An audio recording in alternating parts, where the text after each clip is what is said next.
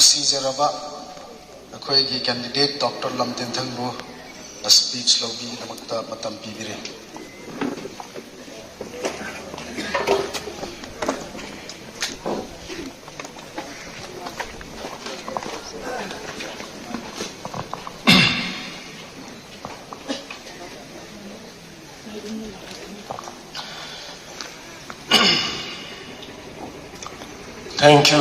Thank you so much. Masi fawada tek takaidana anayek leitana singbira ibai pai sorbu ihan hanbada thagat chabani ani subada tinbiri ba ipai pusing imai passing imai bel sing iche chel sing marup mapang naha sing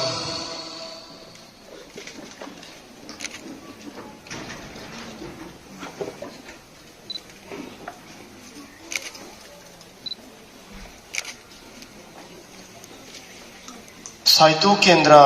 khakta natana akhoi leifam khuding makta aun ba purak pase lamtinthang na natte mafam khuding makta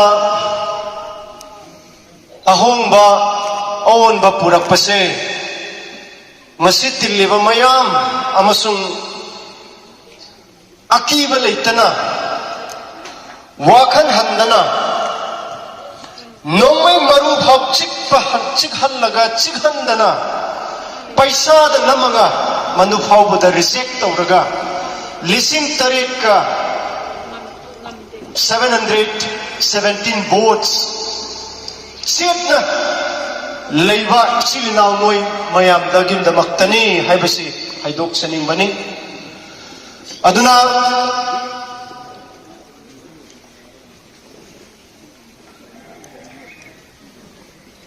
akhoi gi राजनीति दी ngasi na loigadabu natte hongadabu sinatte hangadabu sinatte akhoi mamang thakhiini and we are not going to stop here and we have seen a change, a real change. Chahi kayada chahi kun tara manga mukta table amada nomai aten ba kharaga paisa gi mayom kharaga thamaga ningthau tara kun kausilaga masi noi sawi ba yade noi ngau ni ngai su leite khumsu khumakanu akhoi haiga da bisi pi ga da bani ko ka da ba yade se haina yenbiraga adum la barasniti si Saitu Kendra da loi rabani Saitu Kendra da kari lei on basi kari lei rakke ningthau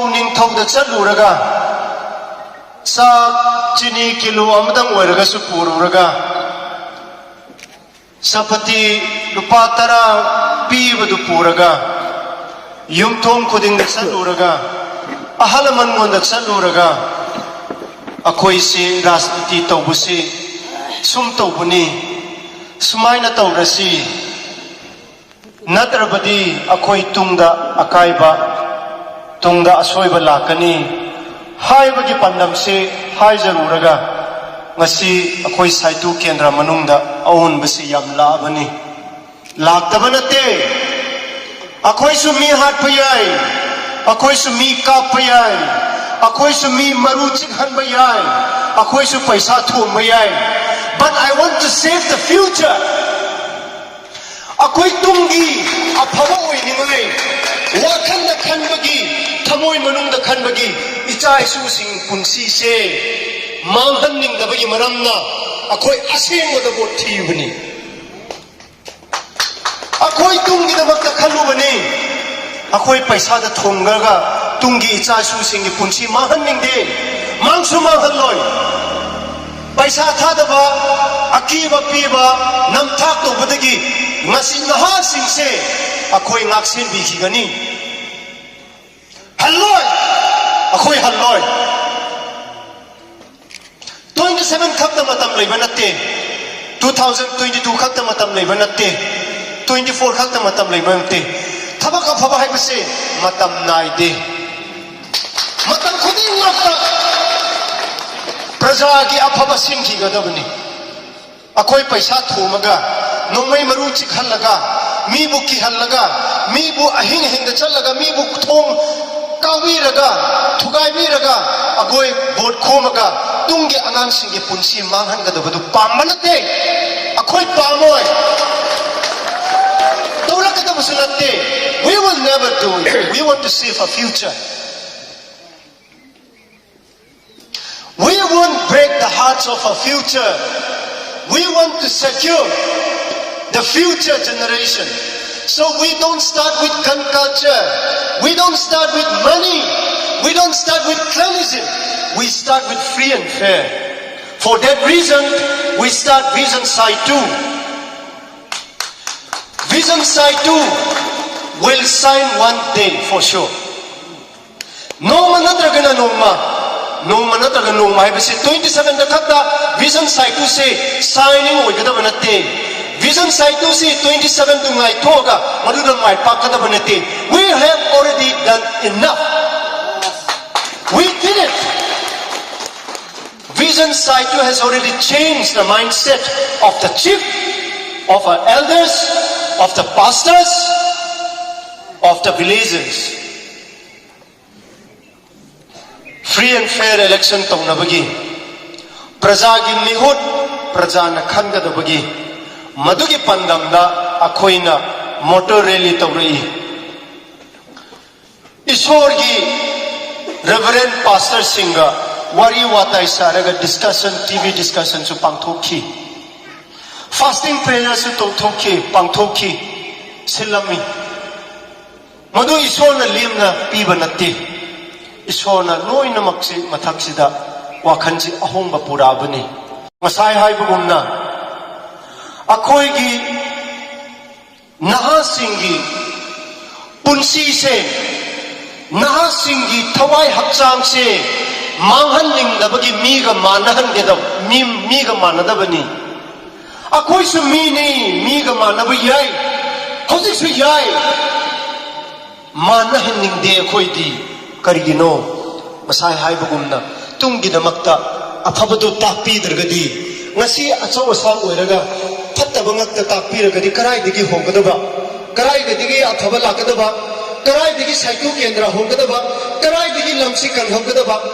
ngasi I expect and I wish the elected candidate to fulfill his promise.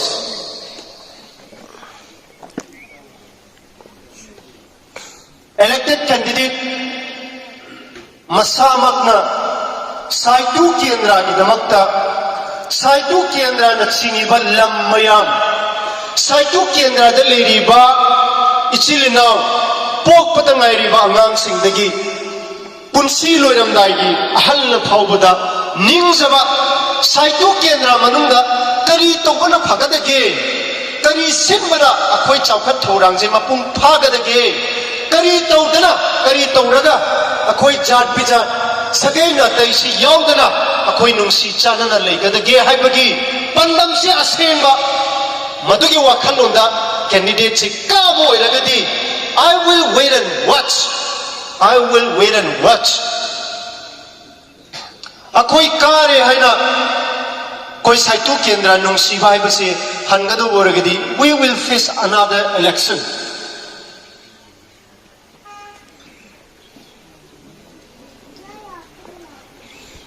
Mi lising taret mu masai na ju leader mayam na kaya da thambi hai mi lising taret muk sina mayam gi chalaga thabak si suru raga khamaga waraga su chelaga ayuk nungdang ahing na khangdana election committee amasung area gi polling booth khuding makki siliba leadership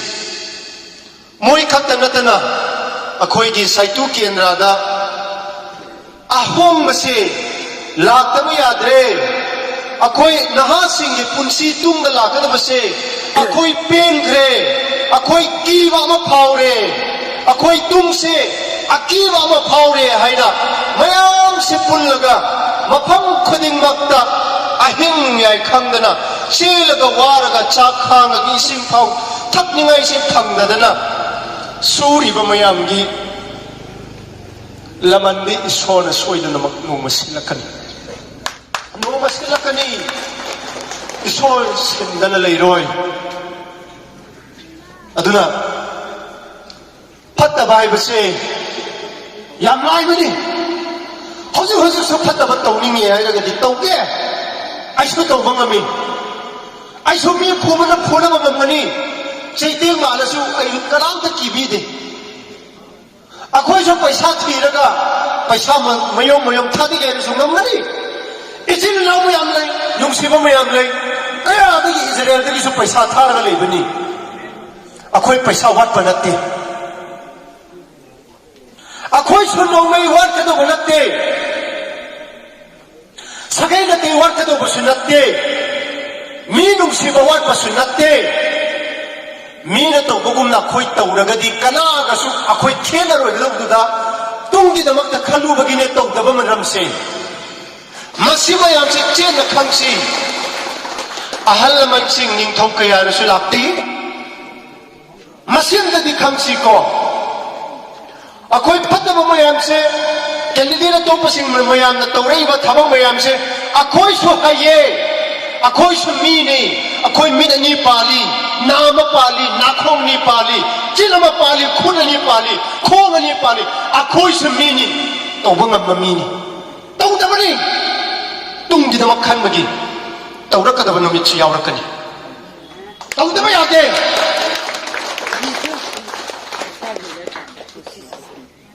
aina lahan je lokap thorokpam numita so hairu ra ba ni akhoi na laman hai ba se 27 da singadaba nate hayeng da gilaman singadaba rabani kamai singadaba no loinamak saitu kendra waba matamda praja gi awaba matamda nungai taba matamda haraugi matamda saitu praja na nungsibi base ai thamoi manungda leijabani chena leigani masi inchi amasu halloi aina sikiam ka lei targasu ai gi mateng darka leiraka na matam khuding makta ayuk nungdang ahing khangde isa lupa inau lupa marup mapang lamtinthang siam tang di kamai tak sige si awama leire masi isu leire irang leire nuai tama leire akoi si ware akoi si nuai re amtang yobiro o hai ragana I will be there for the people of Saitu.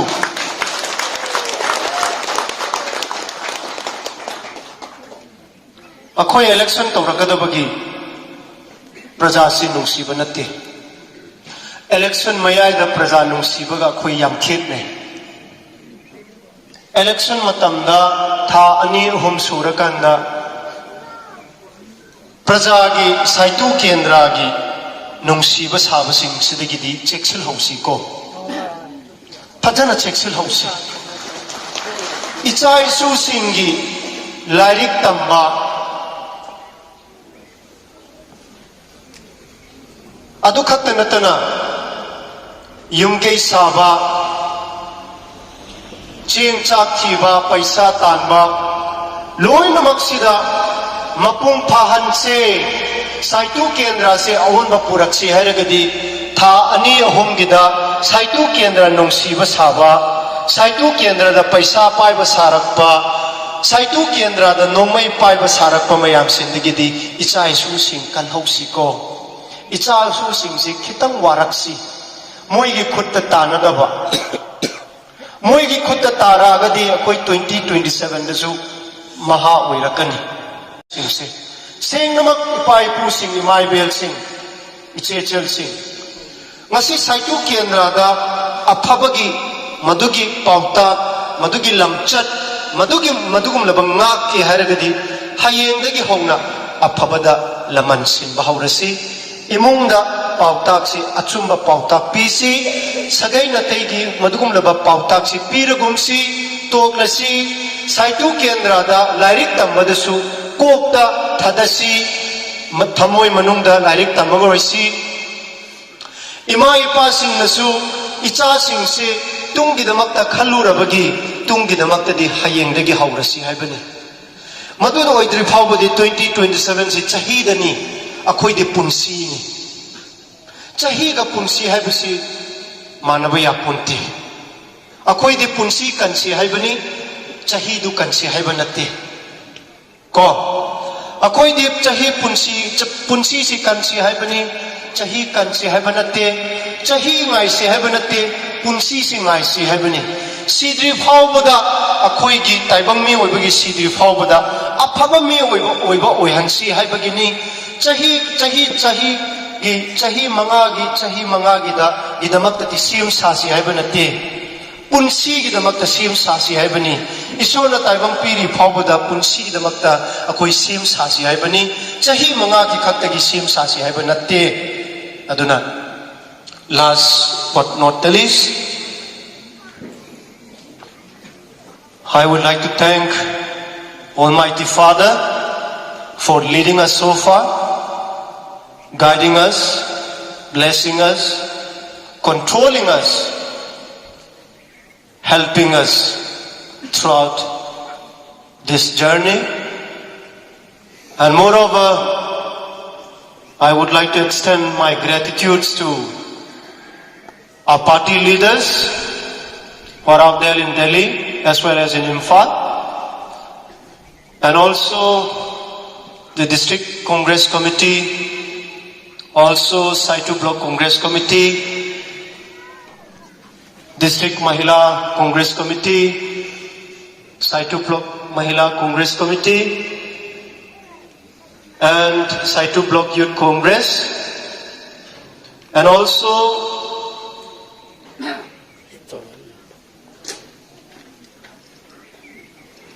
the Election Committee of INC, Chief Agent, Chairman, Secretary, and all the executive members, control rooms and all the departments, from transport, mayors, security, and all other departments who have been with us, who have been fighting for us, who have been standing for us, who have been a guidance for us, and also the media team, my beloved media team, for exposing the wrongs and the bad things of our opponents. And also to my beloved security personnel, ayuk nungdang nungtin khangdana matam kibikta satkaduba mafam khudingmakta waragasu khangaga akoigi sum chatminaraga tagudaba thabak mayam sinbibagidamakta akoi ichilnaw security mayamgi personnel mayamgi mathaktasu harauba phongdukchabani aduga loinana Vision Saitu team and to all the generous contributors who donate and who contribute in cash and kind, Israel dagi, London dagi, Singapore dagi, all over India dagi, amasung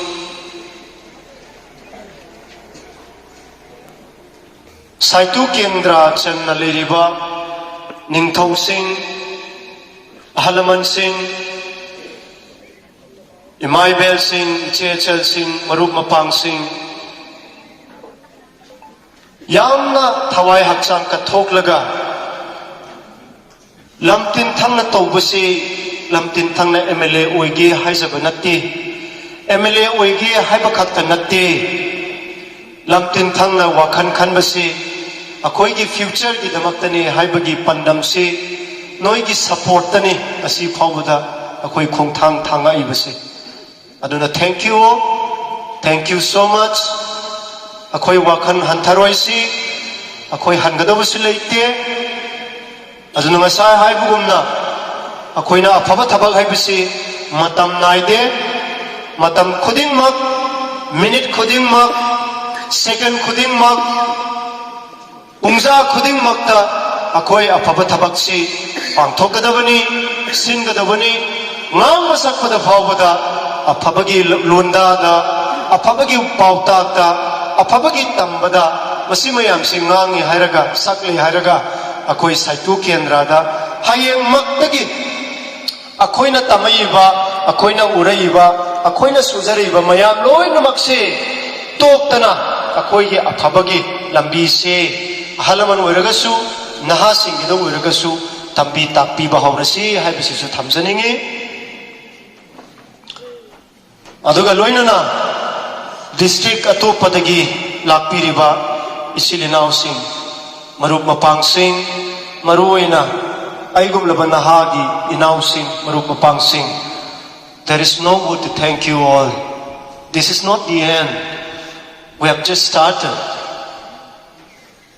Ako yam lakadaw leiri wakan handabi ganu. Even if you don't have votes, you can make a change. Vote leite haina ako'y support base handabi ganu. Masidagi henna ako'y support base laki kadabani because our aim is not to destroy our future, but our aim is to build our future. Ako'y gidamaktani ako'y mayam na silibasi aduna. Once again, I would like to thank all the church leaders who have been praying every now and then.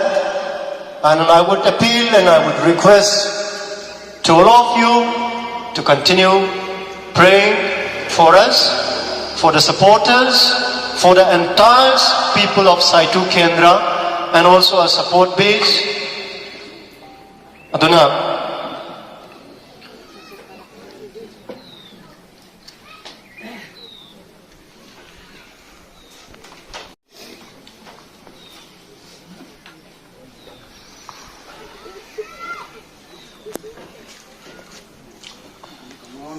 Aroy basi hainindre adum lepaga wariri saningi anyway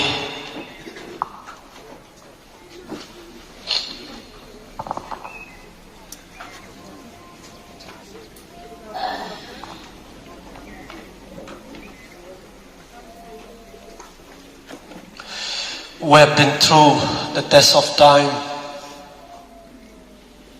We have been through any situations. We have been through any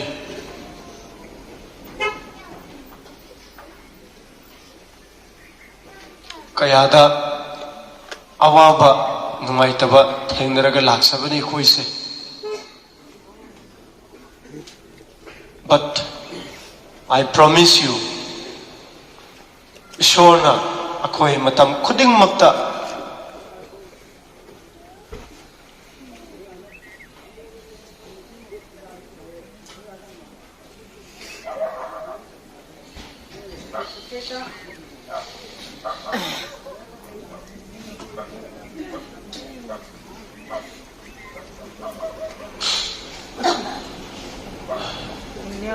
ngasidagi masi mafamdagi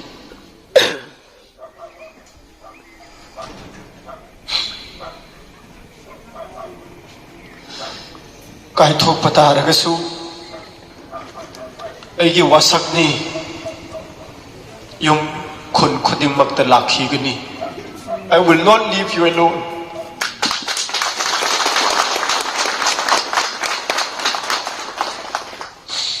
Ay ako'y kadi haina ako'y khuding makta lakpatuoy laki kadawani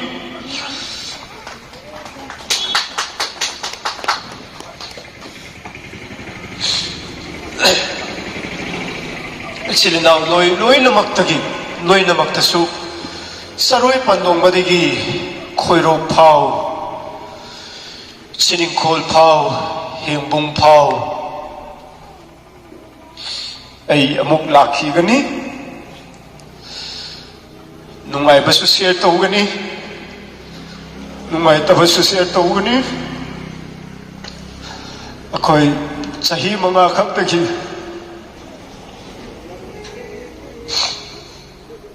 election to jabanate akhoi ishor na punsi semi ngai phau bagi akhoi politics to jabani aduna nacha nupa na naw nupa narup nupa se election ka de haina kobi da ba to ganu awam matam da su wari haina share to bi da ba to bi ganu nungai ba matam da su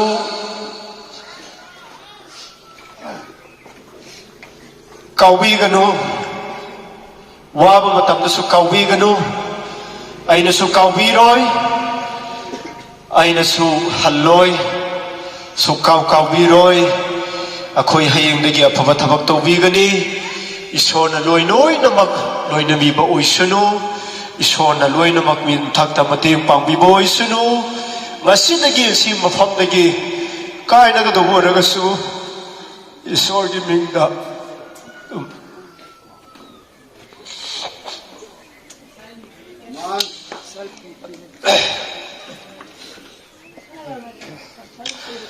Parthana da ningsen minaraga akhoi nungai na amukka punki gani ai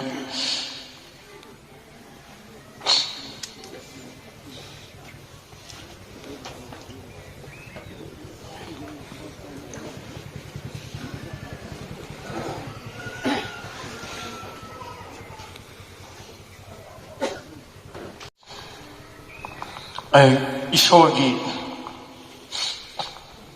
wahai gumba ma pathok saraga swai sida loisin jagir. And God said, when the time is right, I the Lord will make it happen. The beauty is we don't have to make it happen. You don't have to manipulate things, force a door to open and make yourself get well. God is going to make it happen. You may have obstacles. They are too big for you. You don't see how much you can get out of debt or how you can accomplish a dream. The good news is that you are not your own. At the right time, God will open the doors. Matam chabada ishona akhoi gidamakta thum hangigani haibasi haizaraga swai sida ai tension again. Thank you so much.